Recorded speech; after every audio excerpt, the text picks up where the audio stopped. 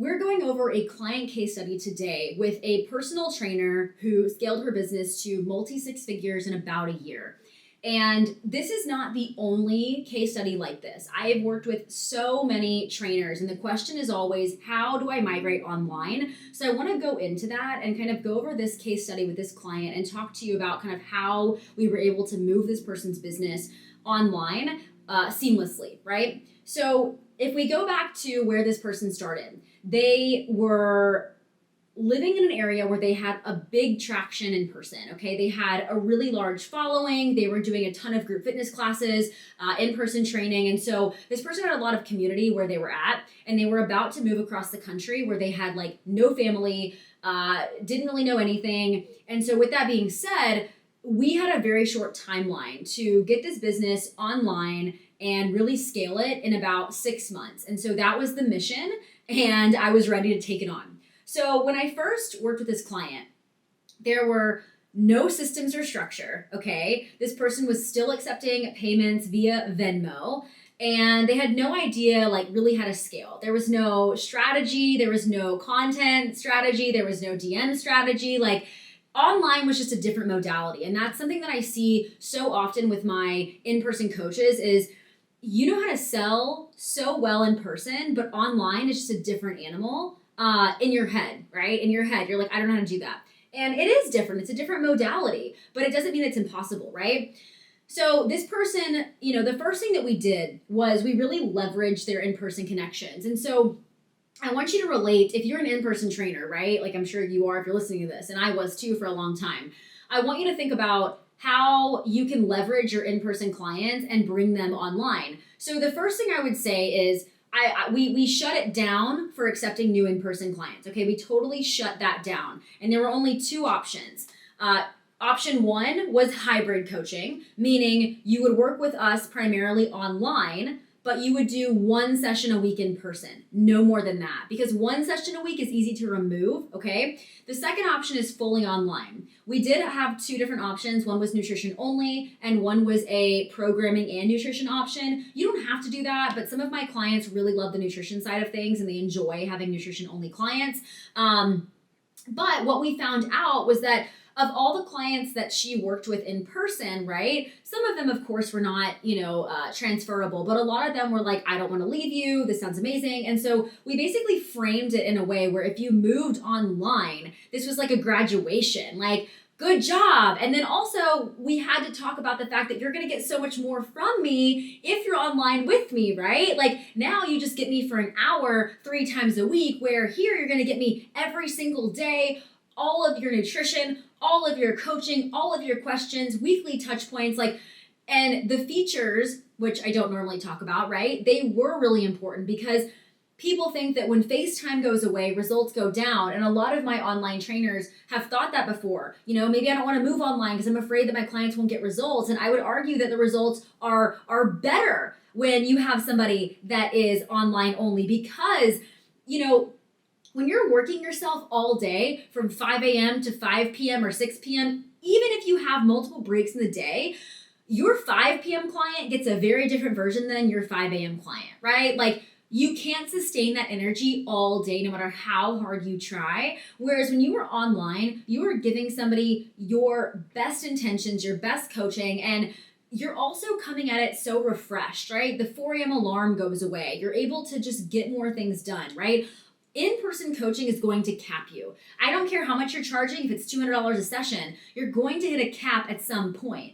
And I did in-person training for about a year. It was never the permanent solution for me, but when I first started my business, I knew that I wanted to work with clients in person because I knew that would build authority, it would build community, all of those things. And it was also just supplemental income. But then I quickly realized, which I knew would probably happen, that I was once again a slave to this 4 a.m. alarm that I didn't like, right? And so, that's the first thing that I want you to do is to focus on leveraging your in-person clients, okay? So that's what we did with her. And whenever we pivoted and positioned this offer as a graduation, people were so excited. Now, when you're thinking about migrating to online, if you're still in person, the content strategy is always a question. So the first thing I would encourage you to do is think about how can this content that I'm doing, how can I make my day into content? That's the question. So if you're at the gym all the time, okay, you have the perfect opportunity to get content all the time, okay? So start getting some videos of yourself doing exercises, doing some exercise tutorials, whether it's like a functional thing or a rehabilitation thing or a stretch or a warm up or a squat or whatever. Get that, okay? Then here's where I want you to do something that I never see any in-person trainer do. I want you to talk about your story, okay? In-person trainers usually have a very one-track mind where it's like form, technicality, splits, right? And it's almost like you're a robot, okay? A little bit. And so I want you to think about how can you share your story? And that vulnerability sometimes is a little bit challenging. So that's always the modality that I find challenging to switch over. Think about it like that.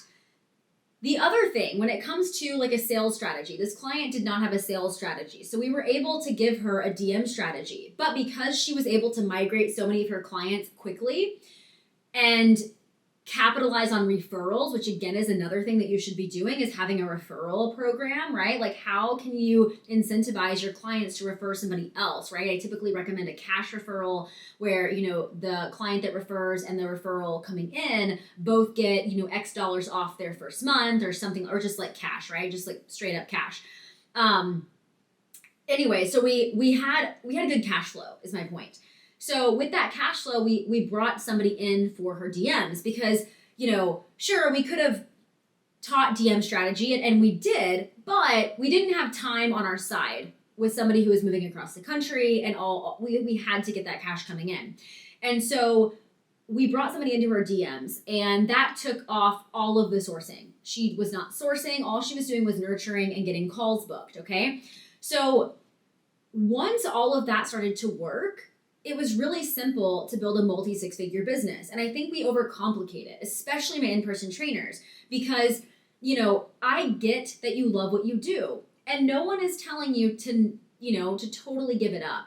But I guarantee you have clients right now that would be better suited for daily coaching, daily support, weekly check-ins, right? Not everybody needs in-person sessions. And some of you that have clients that have been with you for years, they're just doing it for the quick dopamine hit, right? They like you, they want to see you, and maybe those are the clients that you keep. Maybe the clients that need a little more support in the nutrition aspect or, video feedback for form techniques and stuff. Maybe those are the clients that you migrate online. But either way, I want you to kind of think about it. So my in-person trainers, right? It's content and marketing that's always a sticking point. And if you have a solid in-person cash flow, then the next step is really how can you use that cash flow to help you out? So I wouldn't wait until you have X amount online only to get a VA or, what I'm talking about, like a setter, somebody in your DMs.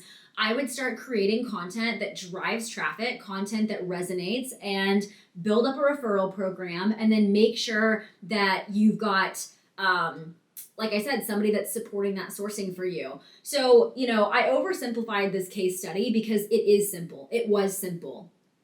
There are so many simple tweaks that we made that totally changed this client's life. And it's not my only client, right? Like I have coaches right now that are very much so hybrid, which is also totally cool. I've got coaches that, own gyms. I've got, or clients that own gyms. So this is not me saying that you have to choose one or the other, okay? But if you're thinking about your life in the future and where you want to go, and that life is more vacations, more freedom, and not to mention, you're probably giving your gym a fat percentage of your check, right? So if you want to truly build financial freedom, then it's going to be online. That is the move. And maybe you keep a few clients in person just because it's the social aspect, right? It's fun. Online coaching, like obviously we're in our houses or in coffee shops or whatever, so I get that. But the primary driver of your income, if you have the desire to build something bigger and to have not only financial freedom, but location freedom. Because what does it matter if you're making, six figures as an in-person trainer if you never have your Saturday mornings off, or taking off a weekend means you have to reschedule all of those appointments, right? Like that is not freedom. So going over a few of these key components that are totally simple will most definitely get you a multi six-figure business. So take some time, figure out what you need to do, make it happen, and if you have questions, I'm always around.